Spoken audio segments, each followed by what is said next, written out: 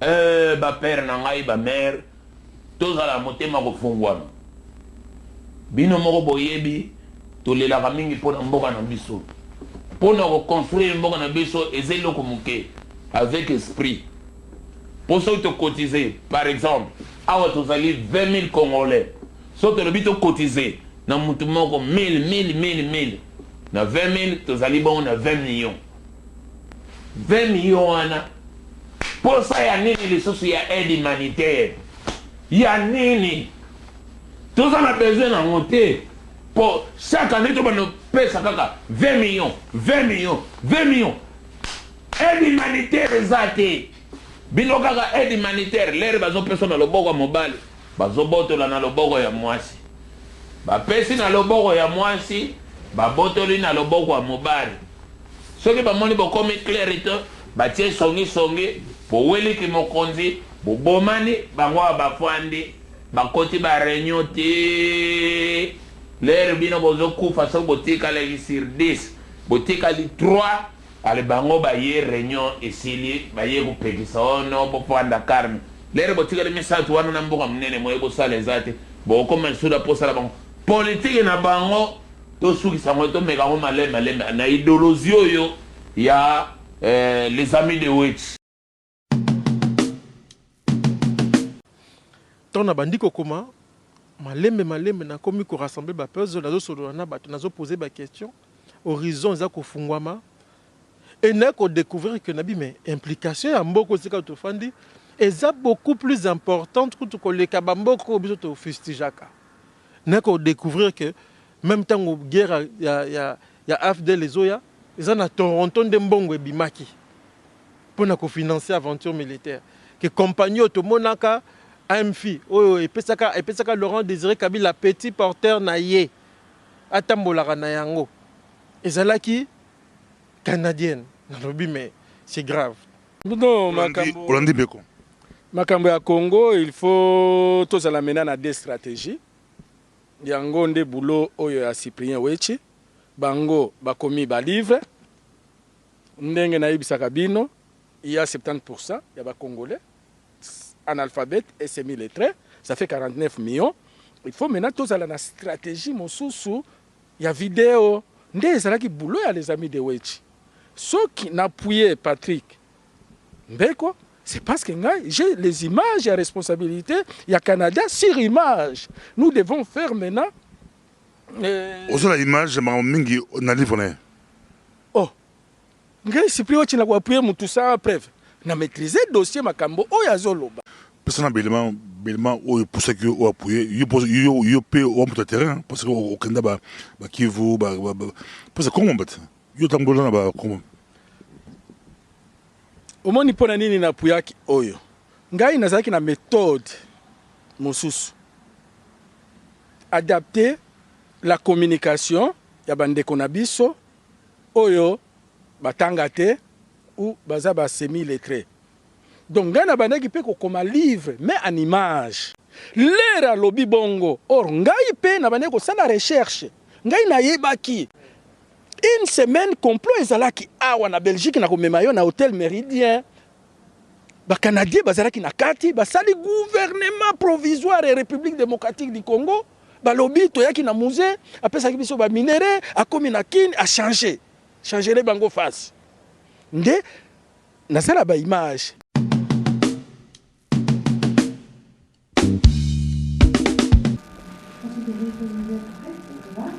alors monsieur les amis bonjour je vous annonce l'entrée du Conseil de la République fédérale démocratique du Congo.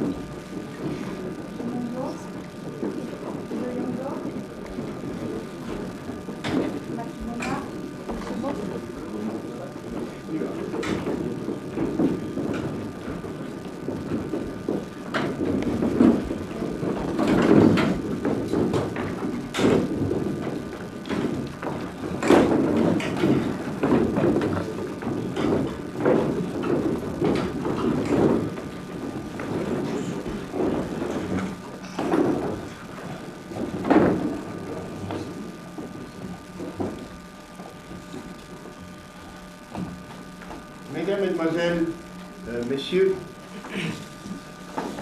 en ouvrant la présente conférence de presse ce mardi 26 mai 1998, qui fait suite à celle que j'ai tenue ici même il y a 11 jours, permettez-moi, avant toute chose, de m'acquitter d'un agréable devoir. D'abord, celui de vous souhaiter cordialement la bienvenue et de vous remercier d'avoir bien voulu répondre, nombreux, à notre invitation. Cela constitue à la fois la marque de confiance que vous traduisez à notre égard et l'intérêt que vous attachez à la République du Congo de Kinshasa. Ensuite, en votre qualité de témoins historiques de la naissance du Conseil de la République fédérale démocratique du Congo, celui de vous demander à chacun de vous d'accepter notre sympathie. En même temps, nous fondons l'espoir de vous voir faire parvenir le message de ce jour à toutes les extrémités du monde et jusqu'au fin fond du Congo, Kinshasa.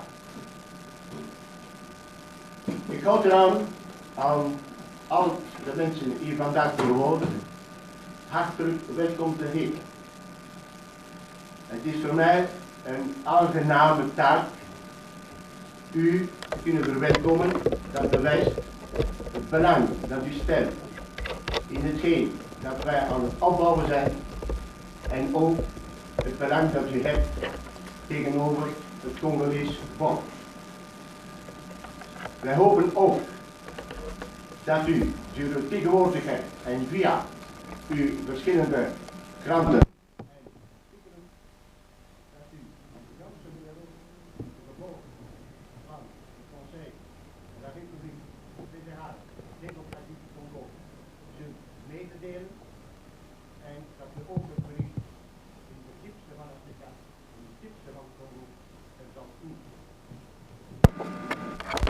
à tout seigneur, tout honneur, dit-on.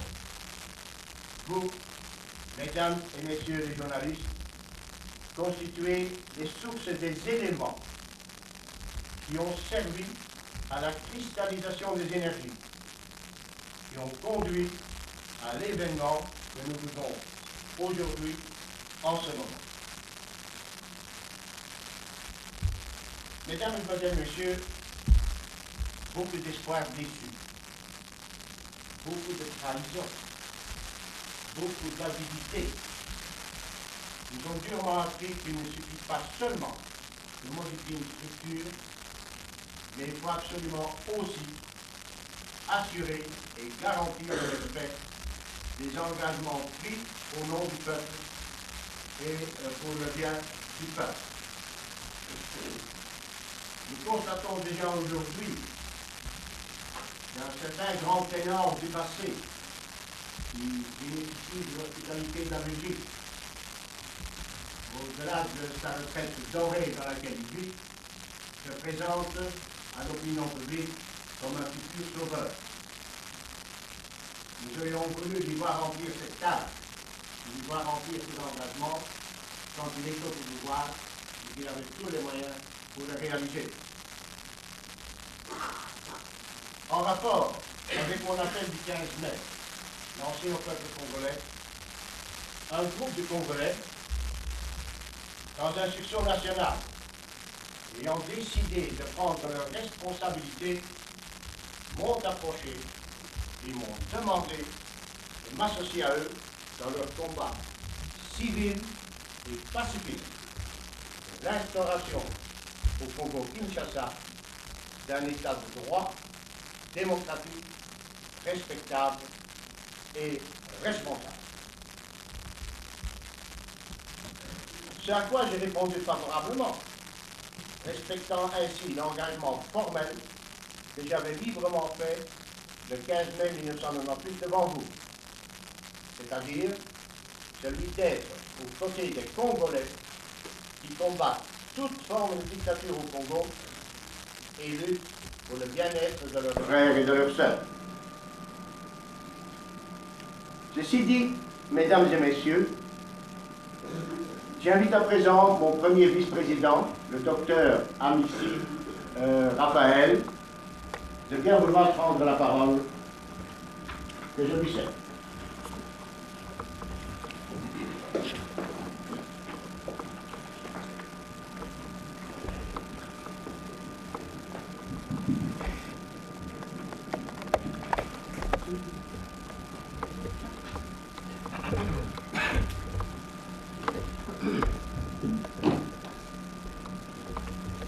Mesdames, Messieurs,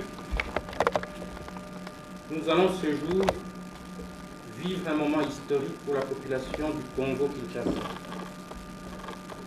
Un moment historique aussi pour les mutations des relations entre les peuples qui vivent dans notre planète par une nouvelle approche qui marque le dépassement des carcans qui nous enferment, notamment les frontières, les races, et toute autre forme de discrimination et facteurs antagonistes qui éloignent des personnes confrontées finalement aux mêmes et identiques problèmes de vie dans cette planète, en l'occurrence la santé, l'éducation, le logement, la sécurité, l'organisation, et dont les solutions ne peuvent provenir que d'eux au travers de leur solidarité, complémentarité et capacité de répondre ensemble. Oui, mesdames et messieurs, le moment est historique en termes de plusieurs interrogations qui s'entrechoquent dans vos esprits et en même temps dans ceux des multitudes de personnes qui nous observent. Nous aurons certainement du temps en dehors de ce cadre pour nous appesantir sur toutes ces préoccupations légitimes, mais aujourd'hui, nous allons aborder 3 de ces interrogations. En premier lieu, vous vous demandez certainement d'où vient l'idée d'un Conseil de la République fédérale démocratique du Congo. Pourquoi est-il créé à l'extérieur? Qui seront les membres qui le composent? Ce premier groupe de questions nous renvoie au contexte historico-politique, car un événement ou une institution ne peut se comprendre que quand on le replace dans le contexte historique de sa naissance. Sinon, la compréhension souhaitée s'évapore et laisse la place à la confusion, terrain bien sûr que les esprits pervers sont certainement événements exploités.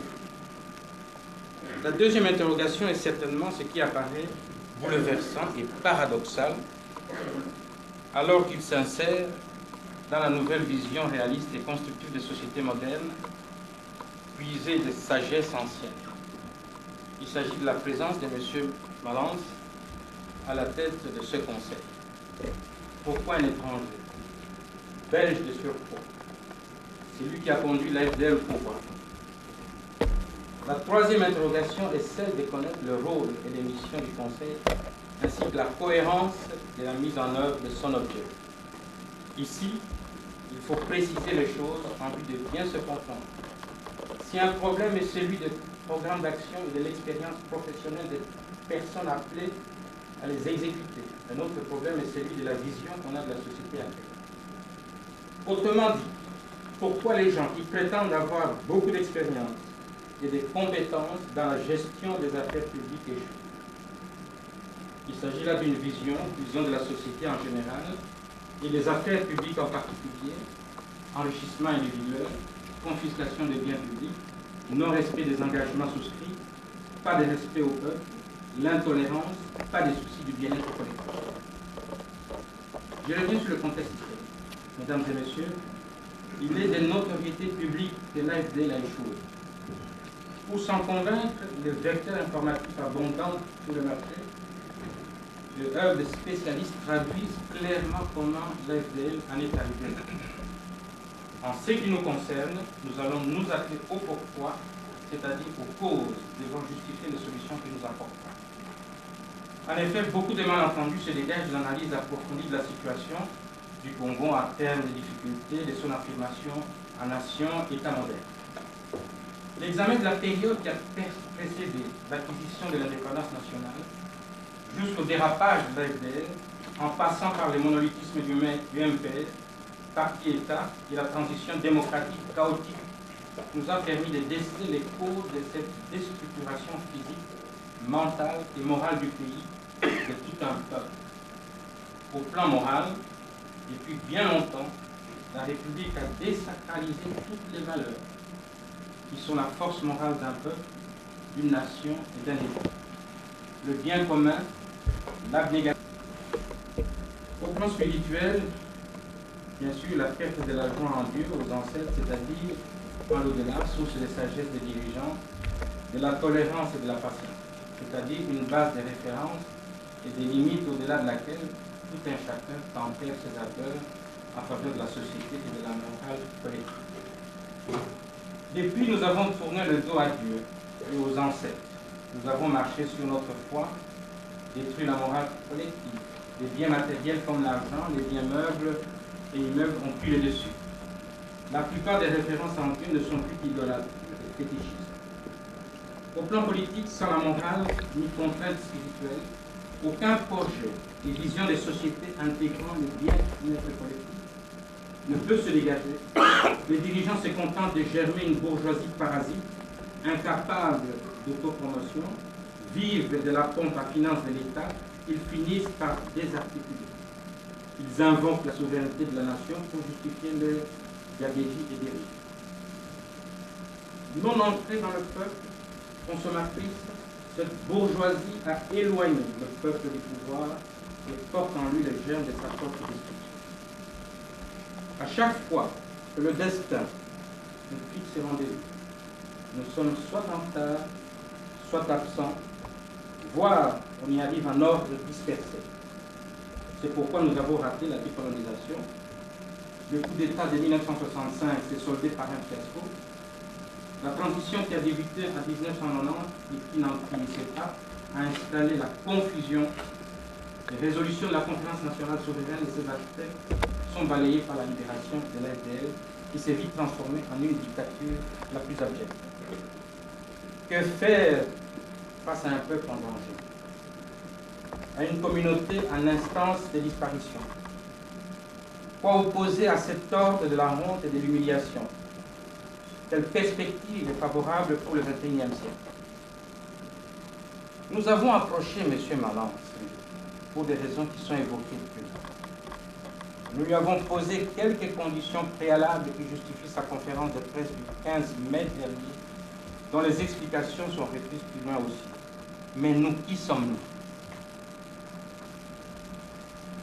Dans les prochaines séquences, il sera présenté les personnes qui composent de manière le Conseil de la République fédérale démocratique.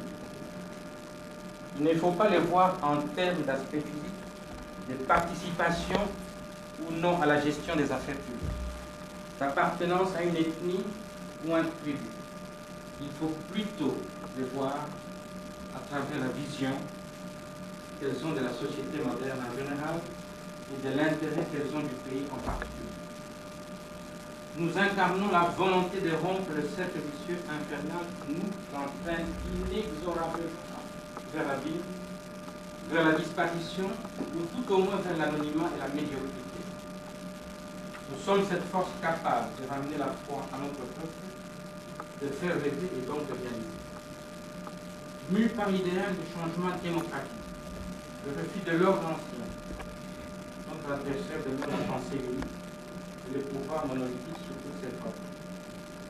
Mépris de la dignité humaine, banalisation de la misère, indifférence à la propriété et à la marginalisation.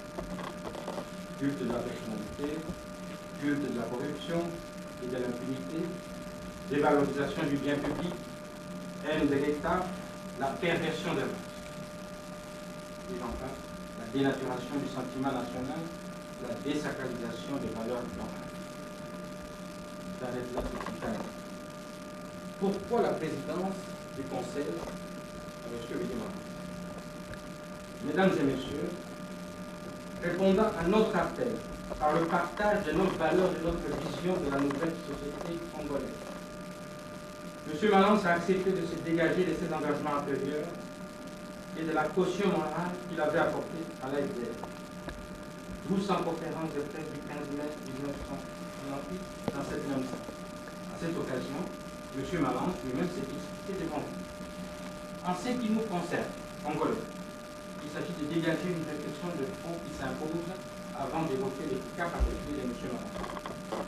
En effet, mesdames et messieurs, la mondialisation de l'économie, la circulation des capitaux, des biens et des personnes ne peuvent que rapprocher le peuple dans une complémentarité donnant-donnant et où les deux parties en sortent enrichis et gagnants. L'Europe, qu'il connaît bien, nous offre à des titres divers une assistance, protection, formation et construction des pays. La personnalité de M. Malance, sa probité, son dévouement à la cause de la nation congolaise représente pour nous une certitude. Il travaillera dans le sens du renforcement d'un partenariat entre le monde occidental et notre cher et beau pays. D'un point de vue particulier, M. Malance est un homme de grande probité morale, un humaniste, un homme de cœur, de principe, certain citoyen du monde, un vrai combattant de la liberté, attaché à la République démocratique du Congo, toujours prêt à servir et à rechercher le bien-être du peuple congolais, qui sera en l'occurrence le garant du respect de ses propres engagements. Son appel du 15 mai a suscité une adhésion remarquable des Congolais à l'action du Conseil et a encouragé certains leaders politiques à sortir de la torpeur. Nous espérons que ce déploiement ne brouillera pas les paysages qui est en train de s'éclaircir. Mesdames et messieurs, il est aussi important que vous sachiez quels sont les objectifs du Conseil. Sans entrer dans les détails, je vais vous donner quelques grandes lignes de ces objectifs. Le Conseil de la République fédérale démocratique du Congo est un organe apolitique, non inféodé à aucune philosophie, a pour objectif de veiller et contribuer au rétablissement et à la sauvegarde des droits de l'homme et des libertés fondamentales en République fédérale démocratique du Congo. Favoriser aussi par tous les moyens l'instauration d'un état de droit fédéral, démocratique et responsable, grâce aux élections générales, pluralistes, libres, transparentes et démocratiques. Garantir le développement économique et social du peuple en favorisant l'établissement des grandes activités macroéconomiques pour une meilleure croissance, le plein emploi et l'augmentation des revenus des populations. Favoriser une fédération d'États à large autonomie au niveau de la base dans le cadre de l'économie de marché par la création de tout type de technopoles en vue de permettre non seulement la relance de l'économie, mais aussi la stabilité régionale et la sécurisation des investissements. Les détails sur tous ces objectifs sont contenus dans la brochure dont on vous remettra à la fin de cette manifestation. Mesdames et messieurs, j'arrive ainsi au terme de mon exposé et au nom de tous les membres du Conseil, je lance devant vous un appel à toutes les nations européennes, africaines, américaines et asiatiques, ainsi qu'à tous les frères de la diaspora, à nos compatriotes qui sont au pays, à tous les démocrates afin de soutenir et surtout de nous aider dans notre action. Il n'y a aucune exclusive dans notre démarche.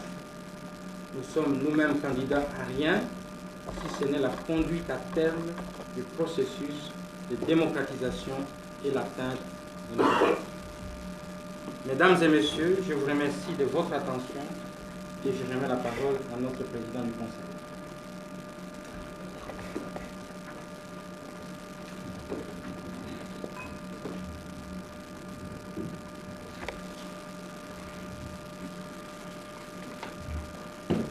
Je remercie Monsieur le Premier vice-président de son exposé. J'accepte les lourdes charges, les lourdes responsabilités qui sont les miennes. Et je voudrais maintenant passer la parole à mon deuxième vice-président afin de terminer l'exposé de structure du Conseil de la République fédérale du Congo. Je passe la parole au docteur Lycée Denis. Mesdames et messieurs de la presse, le contexte de la création, de la naissance du Conseil et la mission qu'elle s'assigne viennent de vous être exposés par mon collègue, le premier vice-président. Il ne me reste qu'une petite tâche à accomplir, celle de vous résumer les structures de conseil qui sont détaillées dans les documents qui vous seront remis. Le conseil est constitué d'un bureau exécutif composé du président et de deux vice-présidents, d'un collège de 12 intendants repartis en deux groupes qui vous seront expliqués et d'un collège ou d'une cellule de conseillers. Le bureau exécutif fonctionne sur le principe de la décision collégiale. Chaque vice-président anime des activités relatives à 6 intendants. Vous trouverez les détails dans le document. Je résumerai en disant que le premier vice-président s'occupe des structures organisationnelles et le deuxième vice du bien-être social. Quels sont les intendants? Je ne m'attarde pas non plus là-dessus. À ma gauche, ceux relevant du deuxième vice-président, et à la droite, ceux qui travailleront étroitement avec le premier vice-président. Les noms sont indiqués. Juste un petit mot pour vous présenter ce que nous pensons constituer les atouts. S'agit-il d'une réédition ou réellement d'un fait nouveau? Nous pensons que le Conseil et ses composants constituent effectivement un fait nouveau, avec des atouts majeurs, qui sont, primo, la virginité politique des membres. Le premier vice-président s'est longuement apaisanti, attardé sur les méfaits de l'expérience présentée à tort ou à raison, nous disons à tort, comme étant la garantie de la réussite. Lorsque un régime a échoué pendant 32 ans à mettre de l'ordre à l'aéroport de Djili et qu'il a fallu à Kabila moins d'un mois, nous nous demandons où est l'efficacité de la gestion. La virginité politique des membres porte en elle la possibilité d'innovation sociale et économique, puisque elle n'est inféodée à rien du tout et est exempte donc de compromission. Deuxième atout, le Conseil rassemble effectivement une diversité de formations et de compétences. Troisième atout, le Conseil est soucieux du rassemblement de tous les Congolais et s'assigne comme objectif de favoriser une nation où l'équité et la morale sont conciliées à la gestion de la chose publique. Ainsi, le Conseil entend s'attacher à une répartition géographique ou régionale équitable et pas la monopolisation des affaires publiques par une ethnie ou un sous-groupe racial quelconque. Monsieur le Premier vice-président vous a dit que la pensée unique était notre adversaire. Effectivement, le membre du Conseil ont une passion particulière pour la démocratie, pour la libre pensée et la libre expression pacifique de cette pensée. Je ne pense pas, peut-être le cas congolais serait unique au monde, que l'enthousiasme de la jeunesse soit une écart. Certains voudraient nous le faire croire, mais ils n'ont rien pour le démontrer. Et nous pensons que les énergies contenues dans toute cette jeunesse et dans toutes celles répandues à travers le monde, aussi bien au pays qu'à l'étranger, ce dynamisme est de nature à favoriser la reconstruction et la renaissance du Congo. Il est étrange de trouver dans un pays les dirigeants érodés par la corruption, qui sont incapables d'autocritique, qui souffrent d'amnésie, développent même une sorte de paranoïa puisqu'ils sont les meilleurs. Et ils prennent une véritable distance avec les événements et la réalité parce qu'ils prêchent juste le contraire de ce que tout le monde constate. Mes confrères et psychiatres diraient qu'il y a là une sorte de schizophrénie. Si on ne construit pas un pays avec les jeunes et pour les jeunes, pour qui doit-on travailler?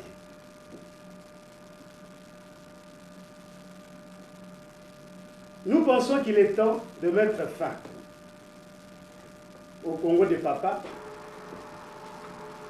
lesquels le papa ne mange à sa faim au détriment de ses enfants et oblige les enfants à l'humiliation de faire la file le matin pour quémander un morceau de pain ou un zaïre pour aller se dédouaner d'une obligation alimentaire au marché.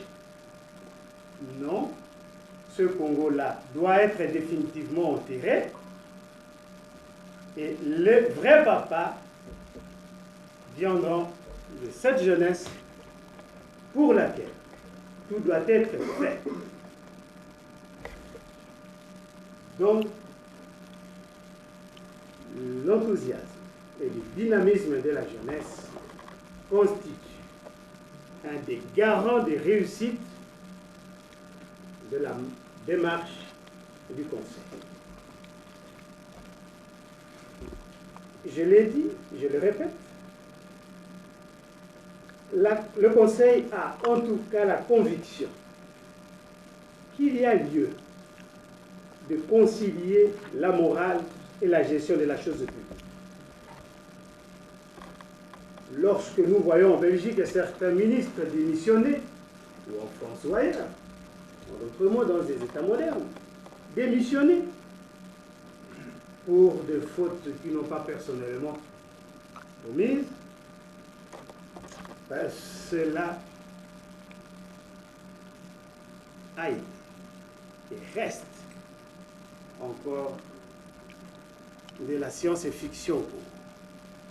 Tout simplement parce que la moralité est complètement absente dans la gestion de la République.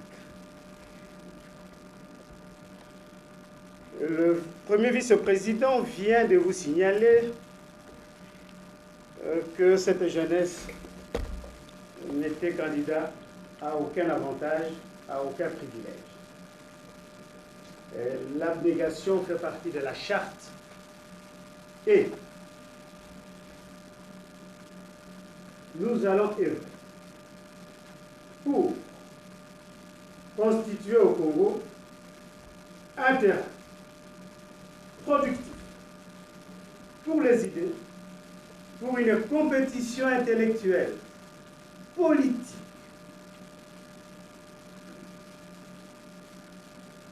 et de tout autre ordre d'activité humaine, une compétition loyale. Il n'est pas pensable qu'on ferme le marché à un investisseur tout simplement parce qu'il a refusé de corrompre. Je pense qu'il est tout à fait légitime à la jeunesse d'un pays d'exiger qu'il y ait un terrain transparent pour les soumissions publiques et pour les activités politiques. Mesdames et messieurs de la presse, les remerciements vous ont déjà été adressés. Nous n'irons pas plus loin. Comme nous ne sommes pas là pour disparaître demain, nous pensons que nous aurons tout le temps de nous connaître. Je vais céder la parole au président. Merci, monsieur le deuxième vice-président. Il m'appartient maintenant d'introduire une nécessité sans laquelle aucune réalisation n'est possible. Entreprendre le travail qui vous a été défini par mes deux vice-présidents exige, je dis bien exige, l'existence d'un plan de développement financier et économique qui fournira le support pécunier nécessaire à la réalisation de ces objectifs, afin que, le plus rapidement possible, par une collaboration intense, colossale, je souligne le mot colossal, de partenariat entre ceux qui possèdent, que ce soit une certaine intelligence, une certaine technologie, un certain pouvoir financier et économique, un partenariat, un échange colossal avec ceux qui attendent et qui veulent, dans la dignité, debout, avec leurs propres capacités, sont prêts non pas à recevoir, mais à collaborer et à travailler la main dans la main, comme des dizaines de milliers de Congolais l'ont fait depuis bientôt 30 ans dans tous les pays du globe entier. Ce plan, mesdames, mesdemoiselles, messieurs, existe. Ce plan, qu'en Europe on a appelé le plan Marshall, est présent. Je demanderai à celui qui en a été l'initiateur de bien vouloir prendre la parole et de vous en exposer les grandes lignes. Mesdames, mesdemoiselles, messieurs, je passe la parole à monsieur Robert Stewart.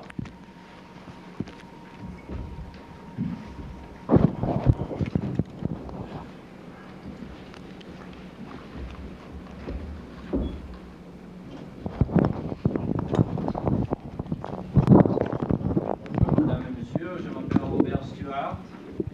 Je parle français, mais si vous permettez, je vais parler en anglais, la langue de ma mère, de donner mon petit discours ce matin, parce qu'il y a des membres de presse qui viennent des États-Unis, du Canada, de l'Amérique du Nord aujourd'hui, et je voudrais peut-être donner mon petit discours en anglais.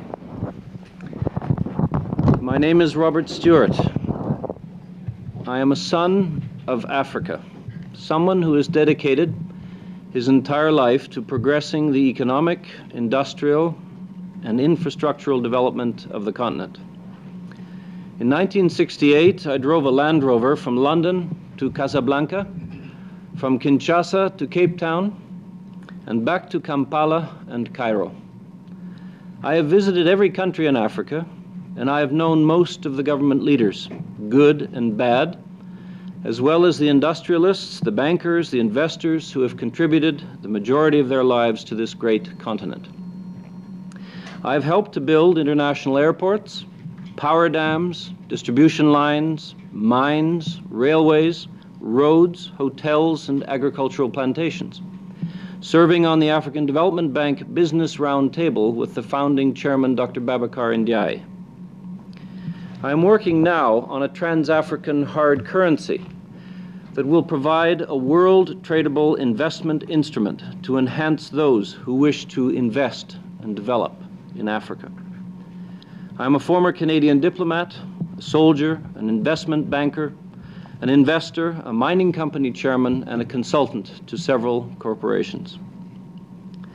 I've come rapidly to the conclusion that waiting for legitimate governance in the Democratic Republic of the Congo is not going to work. Neither is attempting to negotiate and compromise with the present leadership. I just completed last week a 3,000-kilometer tour of East Africa overland, which included the whole of Uganda and forays into the Congo, where some border stations have been abandoned along the eastern side.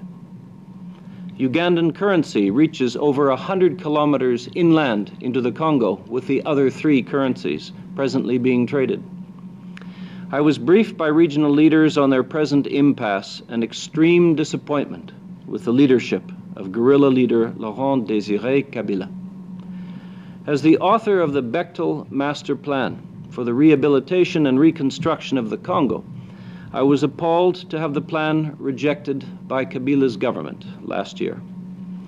In addition, I faithfully attended the World Bank and IMF annual meetings, as well as the meeting Les Amis du Congo here in Brussels last December, and tried to help ameliorate the long-standing dispute over debts between these institutions and the Congo, but with no avail. As interim chairman of the Chamber of Mines of the Congo, I also became chairman of America Mineral Fields, a Canadian junior mining company that sought to develop 4 large projects in the Congo.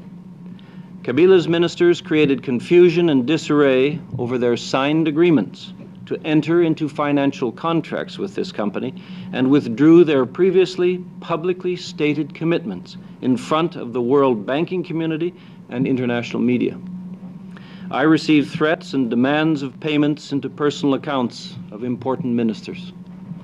Rather than sitting on my hands, as so many politicians, civil servants, and company CEOs do when they make a mistake in backing the wrong horse, I've decided to join an extremely well-organized movement to replace Kabila's guerrilla team and to bring in better governance for the Congolese people. I've rewritten and expanded the original plan to include the erasure of dictatorship, corruption, and administrative incompetence in the present Congo leadership. It is not a government. I plan the inception of a Marshall-style plan for the reconstruction of the country and the region. I've decided to join Colonel Willie Malance and his 15 wise, professional, and highly capable people of the Council for the Federal and Democratic Republic of the Congo as their counselor for economic, industrial, financial, and diplomatic relations. This is a non-political council seeking the removal of Kabila and the institution of a democratic, market-oriented society based on fundamental human rights and the rule of law. As such, none of the members seek election or wish to hold appointed political positions. Their role will be to engineer the change of administration and usher in democratic elections before the start of the new millennium. My role will be to undertake what they now call the Stewart Plan for rebuilding the country. This will not be based on handouts from governments, donor aid, or World Bank finance alone, but an industrial and infrastructural plan based on private investment. The Council plans to chase Kabila from Kinshasa as soon as possible. He has lost the credibility to govern. I believe this will be done with the silent collusion of every president in the region, which in good faith but mistakenly helped to bring him to power last year. The refusal of any of the original regional leaders to attend his first anniversary last week was a clarion call to change the administration. His violation and utter lack of progress on human rights, democracy, and rule of law, his hostile attitude towards the UN, the World Bank, the IMF, and all those investors and banks who offered him help is lamentable. By turning to others outside East and Central Africa to train his army and supply arms, such as Zimbabwe and China, is proof that he's running counter to recent success stories in Uganda, Botswana, Ghana, and elsewhere in Africa. Today I join the Council of the Federal Democratic Republic of the Congo as their counselor.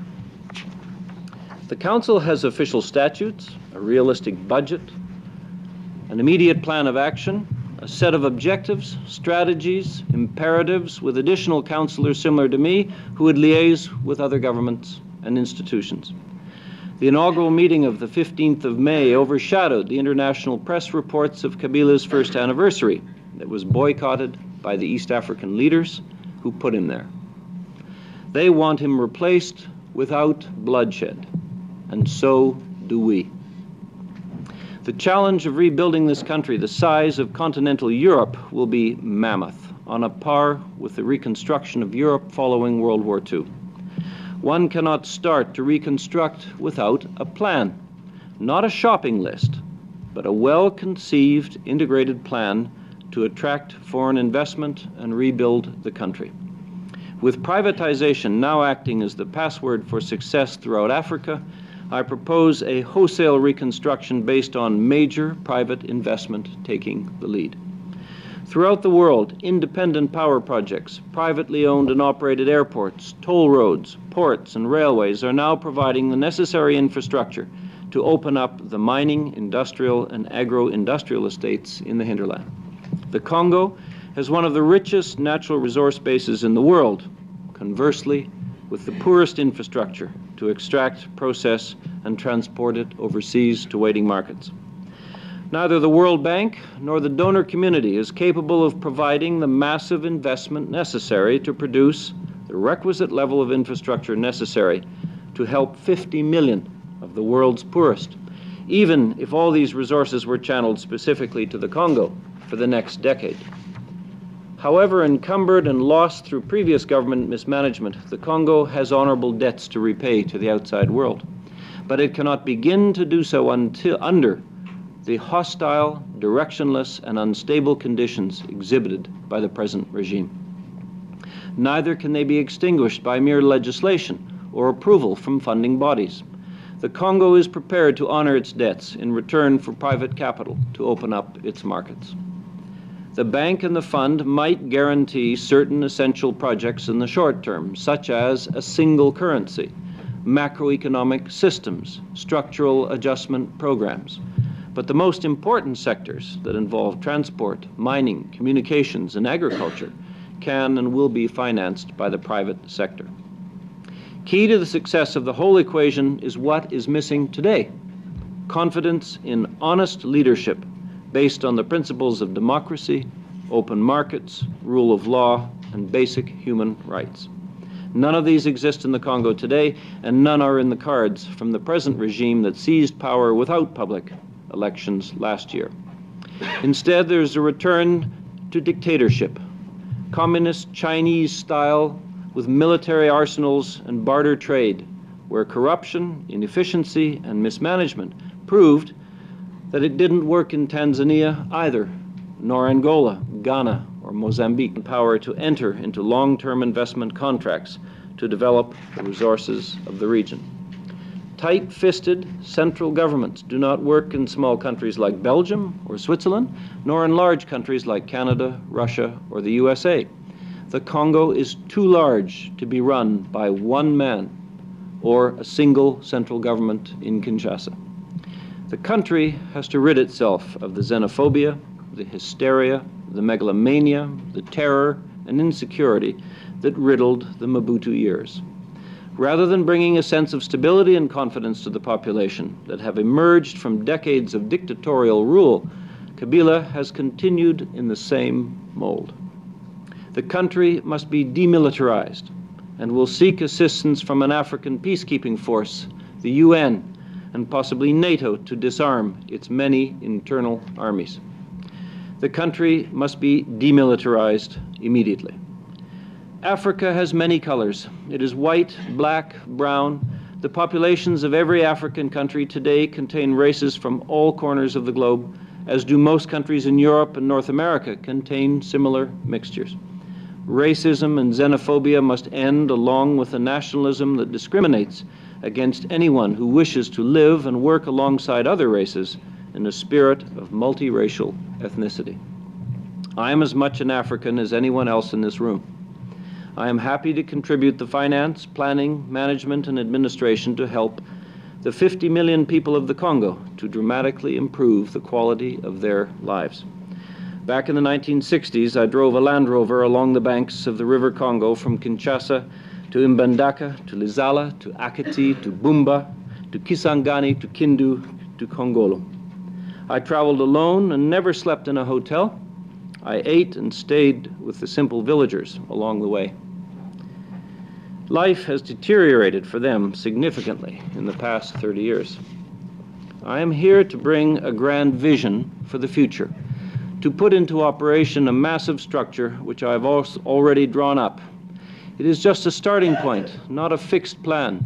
It is open to public scrutiny and to improvement. With the serious support of fellow council members here today, I will help to begin to rebuild the country and to restore hope, dignity, pride, and wealth to the forgotten peoples of the Congo. Thank you.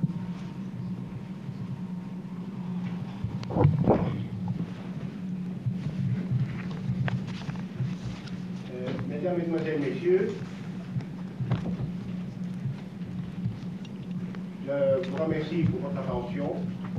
Est-ce que certains membres de cette Assemblée souhaitent poser une question précise sur le plan purement économique exposé par M. Stuart? Les autres questions, il sera répondu en temps opportun pour ne pas dévier de notre horaire. Mais y a-t-il une question précise sur le plan économique et financier? Madame? Vous n'avez pas expliqué, d'une part, si le Conseil est un parti d'opposition ou si c'est un gouvernement en exil, et je voulais savoir qui finance le Conseil. Comme m'ont dit mes deux vice-présidents, madame, vous allez recevoir, à l'issue de cette conférence, une documentation explicative complète. J'acte votre question, vous aurez la réponse dans les documents qui vous seront remis. Si néanmoins cette réponse ne vous satisfait pas, nous nous mettrons entièrement à votre disposition au lieu et heure que vous conviendra en prenant contact avec notre protocole. Mais je voudrais aujourd'hui éviter donc qu'il s'établisse un débat. Nous avons voulu aujourd'hui vous présenter une autorité morale de très haut niveau.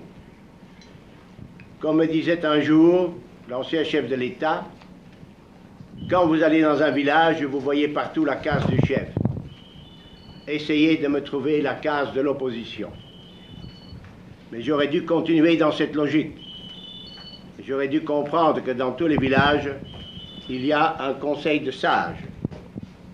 Et que c'est le conseil de sages qui est le contre-pouvoir pour tout dérapage du pouvoir.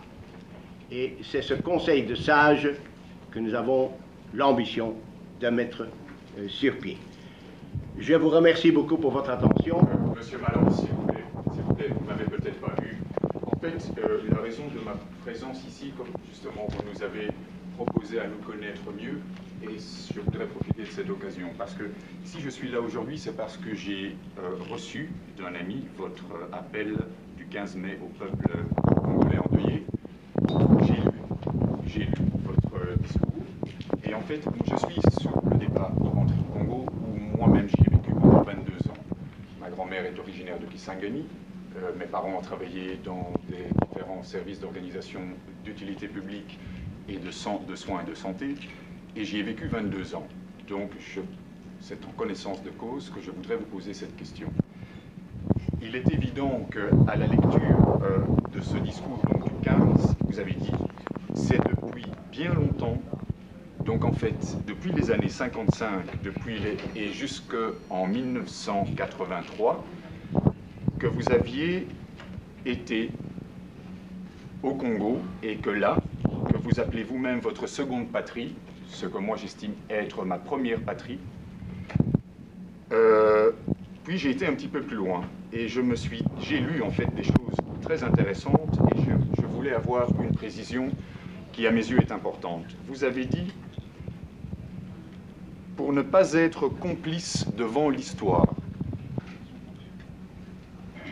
Ça veut dire que ce genre de phrases, Monsieur Malan, sont des phrases qui sont importantes dans le poids de la phrase, ne pas être complice devant l'histoire. Alors moi, je voudrais vous poser la question. Je suis persuadé que cette idée et cet engouement internationaliste que vous voulez défendre est, j'espère, sincère, parce que ce dont nous parlons pour le moment est très important. C'est très important. Il n'y a pas d'acte sans conséquence. Et il y va de l'avenir de plus de 50 millions de gens qui en ont vraiment besoin, croyez-moi. Et à partir de ce moment-là, je me pose, moi, la question en disant, Monsieur Malan, avec une sagesse que j'espère honnête, puisque se présentant à la tête de cette Assemblée, qu'a-t-il fait de 1955 à 1983, puisque, à l'époque, vous aviez la possibilité de constater cette chose. Vous aviez l'âge de le constater, et ce n'est pas quelque chose qui vous a été révélé un matin en vous levant. Donc, si vous aviez eu 30 ans aujourd'hui, j'aurais écouté votre discours avec beaucoup d'attention. Mais il reste cette question. Qu'avez-vous fait durant tout ce temps où vous aviez la possibilité de faire quelque chose et que maintenant, là c'est à titre personnel, je dois savoir, il faut que ce soit crédible, la chose est très sérieuse, Monsieur Malan. À partir de ce moment-là, défendez-vous réellement les intérêts du peuple? Et à ce moment-là, vous devez au moins vous expliquer là-dessus, pour moi, pour me faire plaisir à moi. Si ça peut profiter à d'autres, tant mieux. Et en même temps, si vous pouvez être un petit peu plus précis quant à ce que vous appelez vous-même, veuillez m'excuser, voilà. Je n'ai pas hésité à investir ma dignité et mon honneur dans ce que jusque-là me paraissait légitime. Voilà, Monsieur Malan, ce que j'aimerais bien avoir comme précision pour pouvoir aller plus loin dans le désir de vous écouter ou de ne plus vous écouter.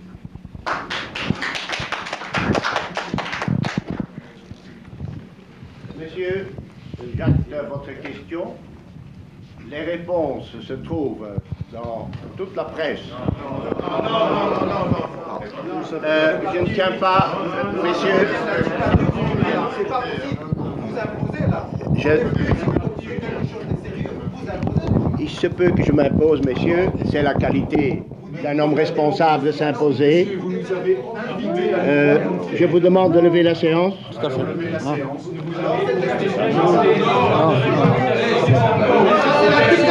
Où est la démocratie alors? Où est la démocratie? Vous refusez le dialogue. Vous venez de présenter un plan de réconciliation. Vous nous dérangez, on arrête. Nous sommes venus ici, vous dérangez de très loin. Et il y a certaines personnes qui demandent des choses. Comment c'est possible? Ce n'est pas la démocratie. Monsieur Malan, je suis journaliste, j'ai une Mettre un question. miroir devant les gens, monsieur, ça les dérange. Mes chers compatriotes, ne vous laissez pas entuber par les Occidentaux. Non, monsieur, s'il vous plaît. Voilà, je vois que les 15 conseillers sont là. Nous allons poursuivre. Je suppose qu'il y a des gens ici qui sont assoiffés. Messieurs, écoutez, moi je n'ai... Si vous permettez, vous avez parlé. Écoutez, s'il vous plaît. Écoutez, je suppose... Asseyons-nous. S'il vous plaît. S'il vous plaît, soyez-vous. 2 minutes. Docteur, je suppose que vous voulez répondre à quelques questions. Vous permettez un petit moment, je suppose qu'il y a un certain ordre, et cet ordre doit être respecté. Oui. La frontière est lieu le 15. Est-ce que vous acceptez de répondre à quelques questions? Est-ce que vous acceptez de répondre à quelques questions? Est-ce que vous permettez? Le ministre peut répondre.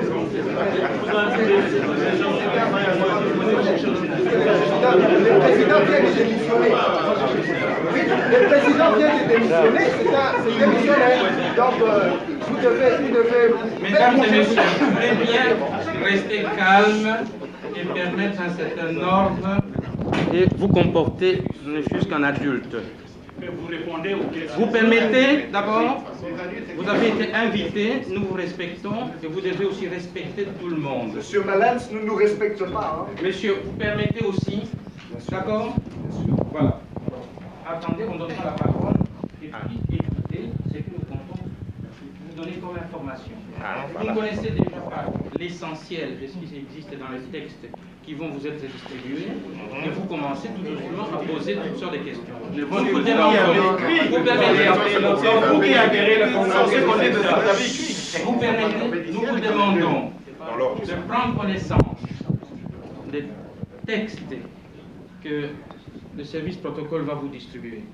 À l'issue de cela, la personne préposée au protocole prendra, je dirais, le relevé de toute personne qui souhaite obtenir des éclaircissements, une interview. Et nous serons à votre disposition. Nous vous demandons tout simplement que ceci se passe dans l'ordre. À la première apparition, vous fouillez les questions. Parce que moi, je n'ai aucun parti. Il faut casser les propos. Si je suis intéressé par votre affaire, j'arrive ici, vous me renvoyez. S'il vous plaît, normal, il était prévu.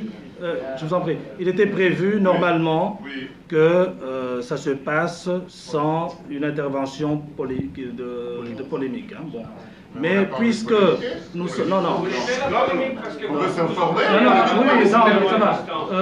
Nous allons faire une chose très simple. Je suis quelqu'un qui respecte vraiment fortement le débat contradictoire. Je le respecte et je suis quelqu'un ouvert à apprendre si je me trompe. Ça, il n'y a pas de problème là-dessus. Alors, si vous voulez, nous allons peut-être casser la formule qui était normalement prévue. Il y avait certains impératifs d'ordre, de temps pour certaines personnes, etc. On s'était dit qu'un texte écrit était peut-être de nature à donner toutes les explications qui auraient pu permettre par la suite de faire en sorte qu'on ait un débat constructif. Vous voyez? Parce qu'il ne s'agit pas d'un parti politique, ni rien du tout. Il s'agit simplement de personnes ici qui ne sont, on l'a dit, peut-être ne doit-on pas suffisamment souligner, candidats à rien. J'ai personnellement ici, à côté de moi, des personnes qui simplement ne sont animées que par la volonté de faire en sorte que tout ce que tout le monde dit au pays soit relayé par une structure précise. Voilà. Hein? Et il fallait une structure précise, mais une structure qui ne fasse pas que parler, mais une structure qui ait les moyens de donner à cette population la possibilité de renouer avec la communauté internationale. C'est la raison pour laquelle, ici, précisément parce qu'on savait qu'il y allait y avoir dans la salle éventuellement une incompréhension au départ ou des préjugés, il y a beaucoup de personnes qui n'ont pas souhaité directement se présenter, mais qui sont au service voilà. Donc nous allons ce n'est pas une conférence de presse comme telle, mais en partant d'ici sans accepter de répondre à des gens comme moi qui viennent avec aucun préjugé. C'est ça, d'accord, voilà. Voilà, on accepte, mais voilà, on accepte. Je vous rends service en vous disant de oui, d'accord, oui. Sans répondre à quelques questions. C'est fait, c'est acquis. Nous allons essayer de faire ce qui n'était pas prévu. Voilà. Est-ce que nous pourrions déjà, ne fût-ce que vous permettre de prendre connaissance du texte qui était fait?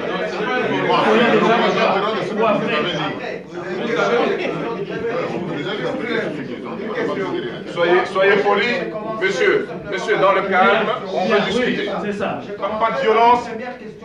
Oui, mais est-ce que vous voulez une véritable conférence de presse débat ou est-ce que on se met d'abord d'accord. Oui. Non, parce que tu disais, est-ce que vous voulez que nous fassions ultérieurement une conférence débat pour tout mettre au clair, ou bien est-ce qu'aujourd'hui il nous semblait que en une demi-heure, une heure, nous aurions simplement pu nous présenter de sorte que vous puissiez vous préparer à poser toutes les questions qui peuvent être. L'Assemblée demande. Madame, s'il vous plaît, madame, s'il vous plaît. L'Assemblée demande. Ceci est une conférence de presse, monsieur Kimba. La consoeur essaye de poser une question depuis tout à l'heure. Prenez une demi-heure pour nous répondre à 6 questions, ne plus que ça, c'est déjà bien. Une question. Il s'agit d'une conférence. Voilà, il s'agissait d'une conférence de presse. En principe, c'était la presse qui devait être dans la salle. Bon, il y a d'autres personnes que la presse dans la salle. Je ne sais pas comment ça se fait que toutes ces personnes sont là. Est-ce que tout le monde a une carte de presse ici? Vous voyez, ça c'est déjà... Ce n'est rien.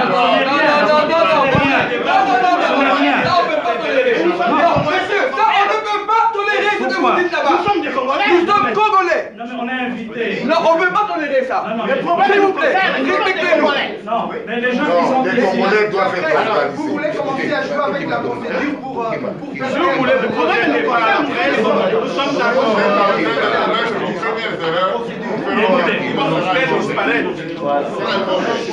On les connaît. Monsieur Kimba, acceptez 6 questions. Non, oui, voilà. Nous acceptons 6 questions. Nous posons. Oui. Question de temps, ils n'ont pas la parole. Acceptez 6 questions. On va vous faire la parole. Mais pourquoi vous énervez, monsieur? Moi, je suis pas venu ici pour vous. Vous allez, je suis venu pour entendre. Je suis venu pour entendre. Posez-leur des questions. Oui.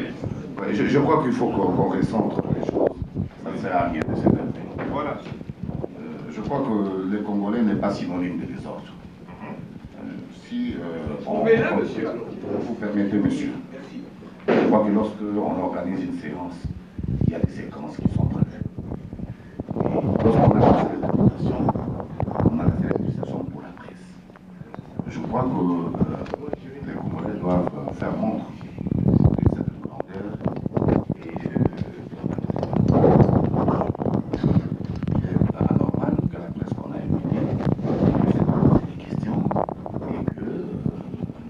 qui ont des problèmes comme nous puissent envenimer le climat où est-ce que j'ai l'impression que nous ne sommes pas compris. Vous n'avez pas plus de questions. Je crois que dans l'énervement, on n'arrange rien. On n'arrange rien. Parce que ça risque même de donner l'impression qu'il y a des gens qui sont blessés et qui ont des préjugés et dont le seul objectif est de pouvoir abîmer le climat. Je crois que ça ne profite à personne. C'est une dynamique qui se crée et qui n'est pas exclusive. S'il y a d'autres dynamiques correspondantes et qui se développent quelque part, je crois qu'en démocrate, nous les respectons. Il n'est pas nécessaire de chercher à détruire toutes les lumières qui profilent à l'horizon et paradoxalement, proclamer qu'on est en train de chercher des solutions à notre pays. Je crois que ce n'est pas une bonne démarche. Ceci étant dit, comme notre ami a dit, qu'il connaît la moitié de ça, nous connaissons nous aussi. Nous pouvons indiquer les gens qui n'ont rien à faire et qui peut-être ont le seul objectif de perturber. Ça n'est pas notre propos. Ça n'est pas notre propos et c'est d'ailleurs même inutile parce que ça ne va rien arranger. On va détruire tout et finalement, nous risquerons d'apparaître comme des irresponsables vis-à-vis des gens qui nous ont accueillis chez eux. Je crois que la chose qu'on doit faire, c'est de donner d'abord la parole aux gens qu'on a invités. Ce n'est pas une raison d'énervement. Alors, si ces gens-là posent un certain nombre de questions, nous verrons ce qu'on pourra répondre. Ici, on ne cherche pas à convaincre. Je crois c'est une idée qui naît et qui va se développer. N'imaginez pas que nous allons ici, nous sommes venus ici chercher à convaincre chacun de nous. Nous sommes démocrates. Nous savons qu'il peut exister des points de vue contraires aux nôtres. Je crois que quand on est démocrate, on doit le savoir. Et ne croyez pas que si vous vous agitez, ça c'est une raison pour émousser notre démarche. Ça, il ne faut pas le faire là-dessus. Si vous avez d'autres disciplines, essayez de les développer, de les engager, et d'apporter votre contribution ou de chercher à détruire la démarche des autres. Je crois que quelque part, peut-être les dynamiques qui vont se créer, lorsqu'elles se révèlent assez efficaces, pourquoi pas? On peut fédérer puisque nous avons le même objectif. Au lieu de chercher. Alors donc, pour nous, l'ordre que nous avons arrêté, c'est d'abord le respect des personnes que nous avons invitées. Si d'autres amis sont venus poursuivre et que s'ils peuvent contribuer, il n'y a pas de problème. Nous verrons dans quelle mesure nous allons tout articuler. Voilà. Alors, donc, si 2 ou 3 journalistes peuvent poser la question, on ne pourra pas satisfaire tout le monde, ce n'est pas possible, c'est une œuvre humaine, on ne pourra pas satisfaire tout le monde. Sinon, il y a des contradictions, il y a des contraintes de vos programmes à vous-même, et bon, c'est beaucoup de 2 ou 3 conversations. Alors, je donnerai la parole.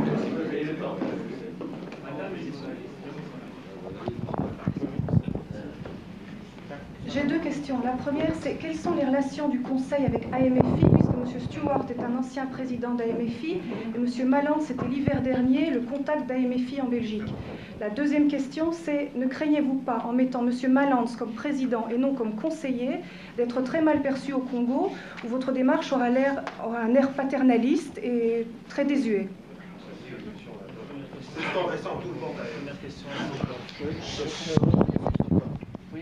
Première question, il n'y a pas de relation entre AMFI et ce conseil. Moi, j'ai quitté le poste de PDG d'AMFI il y a 3 mois. Je travaille plus pour AMFI et AMFI travaille toute seule et moi, je travaille avec le conseil. Monsieur Malance aussi, oui, il n'a pas travaillé. Bon, pour l'autre question, je vais prendre le président comme notre conseil. Merci beaucoup pour la suggestion. Nous allons examiner la question là. Mais vous nous avez suggéré quelque chose, vous avez manifesté une inquiétude. Est-ce qu'il n'y a pas moyen qu'on considère comme des paternalistes? Nous avons entendu votre suggestion. Nous allons l'examiner.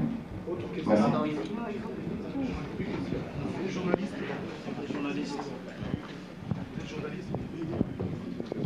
Ma question va un petit peu dans le même sens que ma collègue. Elle concernait un des vôtres a parlé tout à l'heure de virginité politique.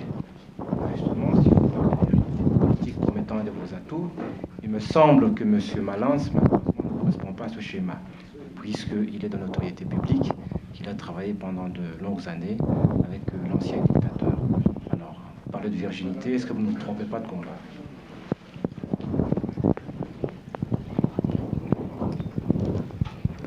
De toutes les façons, je pense que M. Malance pourra, et il ne va pas se dérober, hein, il pourra répondre lui-même personnellement à cette question-là.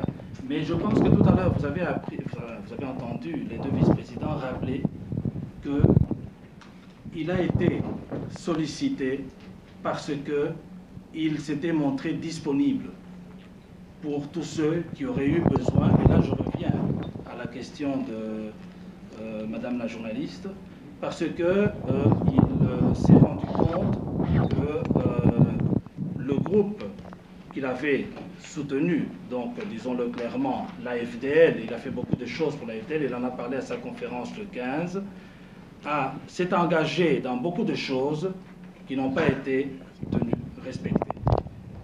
Donc, il s'est senti moralement, disons, touché par le fait qu'il apparaissait comme un peu le sponsor de la caution de quelque chose qui n'a pas fonctionné. Et il a publiquement fait sa confession et s'est dit disponible. Mais ce n'est pas M. Malance qui décide des choses. D'ailleurs, la preuve, c'est que vous voyez, il a été touché par la forme de la question qui avait été posée. Bon, parce que c'était une espèce d'attaque personnelle, mais nous sommes restés. Donc vous voyez que non, il y a une démarche, soyons clairs, il y a une démarche qui a été faite par des gens ici pour demander précisément ce fameux conseil. Pourquoi avez-vous fait ça? Comment l'avez-vous fait? Et comment voyez-vous les possibilités de changer les choses? Voilà la raison pour laquelle vous avez des clés. Est-ce que vous pouvez donner ces clés-là?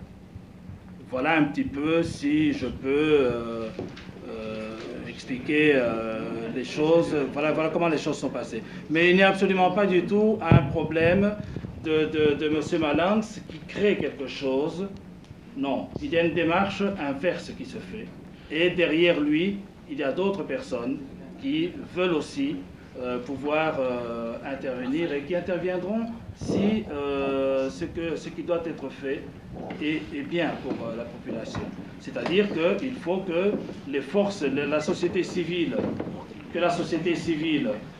puisse s'exprimer, que les forces politiques puissent s'exprimer et que l'on puisse renouer une relation avec la communauté internationale. Ça, voilà le véritable chemin de... Je voudrais aussi, c'est toujours les journalistes, hein, si on peut faire comme ça. Je crois que c'est ce que nous avons convenu. Hein. Si nous pouvons corroborer, nous allons être journalistes. Monsieur, j'invite la presse à se présenter d'abord avant de poser la question. Monsieur, vous êtes de la presse? Oui, je suis journaliste pour le journal de Rôle ici à Bruxelles. Je veux répéter la première question, madame. Vous êtes financé de qui? Qui finance votre organisation?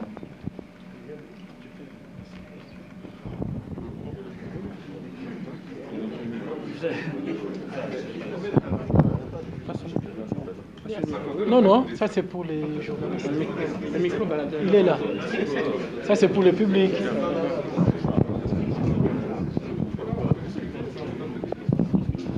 Eh bien, au risque de vous surprendre, nous sommes justement pour le moment occupés à rechercher des sponsors. Au risque de vous surprendre, nous sommes encore pour le moment en train de rechercher des sponsors. Et notre démarche a précisément été celle de nous mettre en relation avec ceux qui ont déjà eu à rechercher des sponsors récemment et qui pourraient éventuellement, puisqu'ils disent être déçus, en rejoignant notre propre position, de voir comment est-ce que les choses pourraient éventuellement se faire. Il ne faut pas... Bon, en vous disant ça, il est possible, vous êtes journaliste, vous acquiescez cela, vous ferez votre recherche, mais bien entendu, il y a dans la salle des personnes qui n'ont pas cette neutralité journalistique, si on peut parler comme cela, qui pensent que non. Mais la réalité est celle-là, c'est que nous cherchons des sponsors. Parce qu'il y a encore un an, personne ne savait que la situation allait être comme elle est aujourd'hui. Et beaucoup de personnes se sont engagées, croyant que ça allait se passer autrement. Les journalistes. Monsieur le journaliste. Je suis Petnarek du magazine Africa International. Oui, s'il vous plaît. Merci.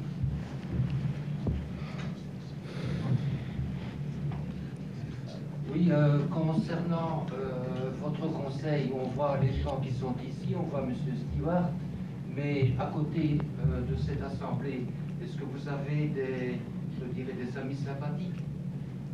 Sympathisants? Sympathiques, comme disait Kabila en son temps, qui appuyaient votre démarche, qui au besoin sont disposés à la financer, comme, je ne sais pas, l'Ouganda par exemple, aux États-Unis, au Canada, ailleurs.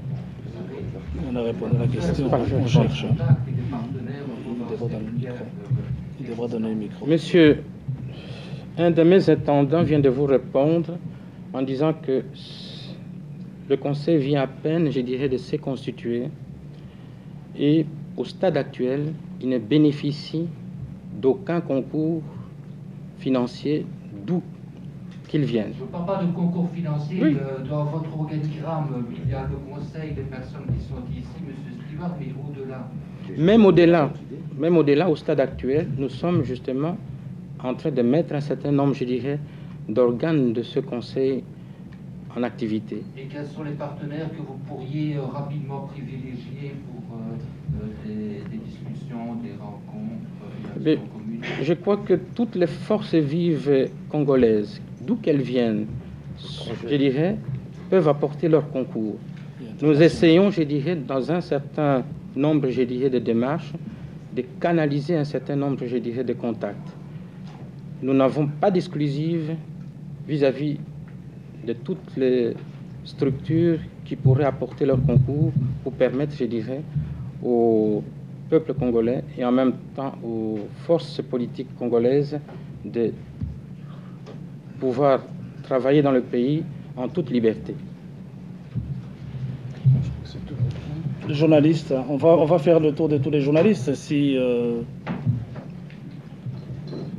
Bonjour, je suis du journal Solidaire.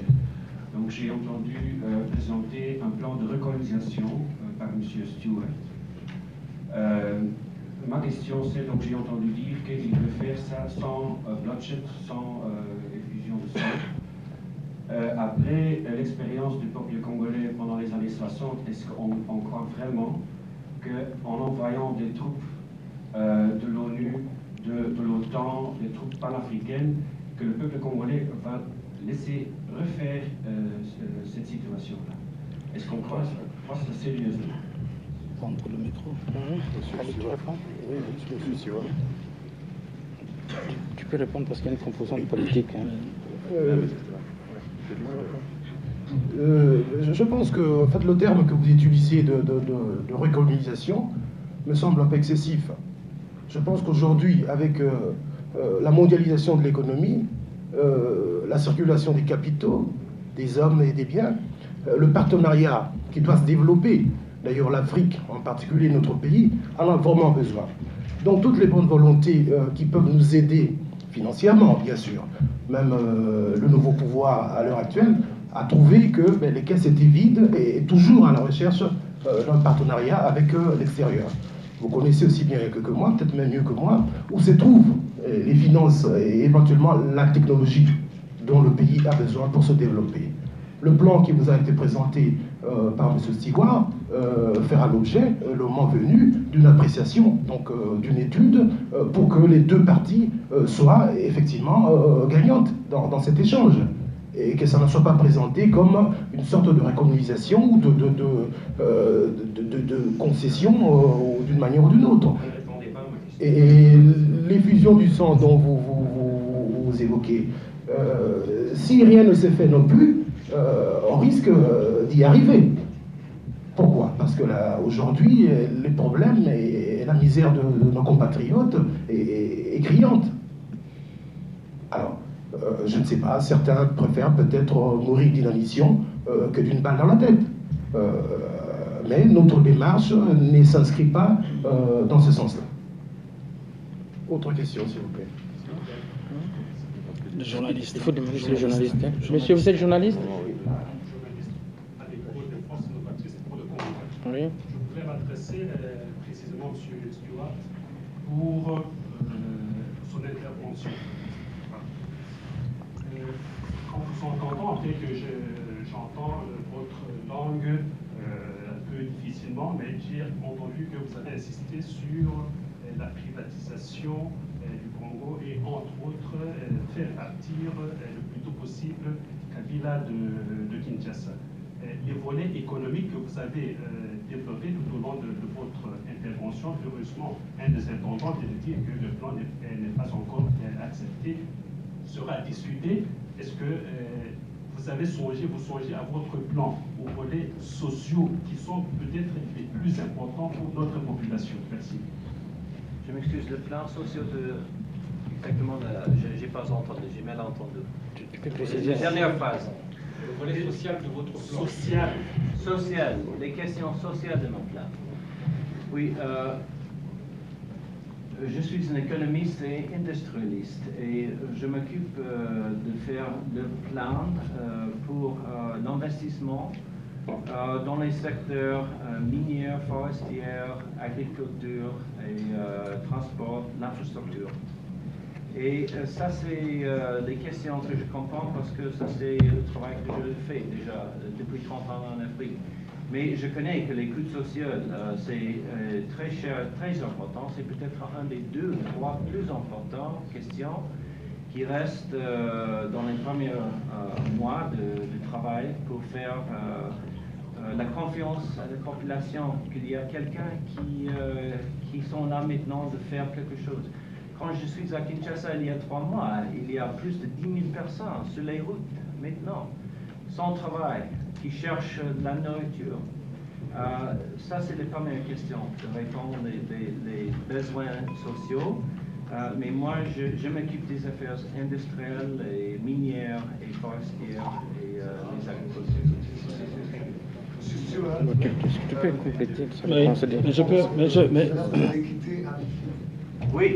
Le temps que le conseil trouve des sponsors qui travaillent comme bénévoles, alors. Oui. Comme bénévoles. Personne ne me paie pas. Je paie mes frais toute seule. C'est merveilleux.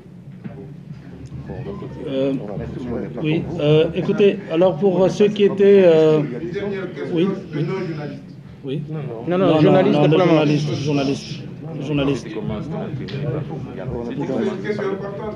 Non, journaliste. Les journalistes...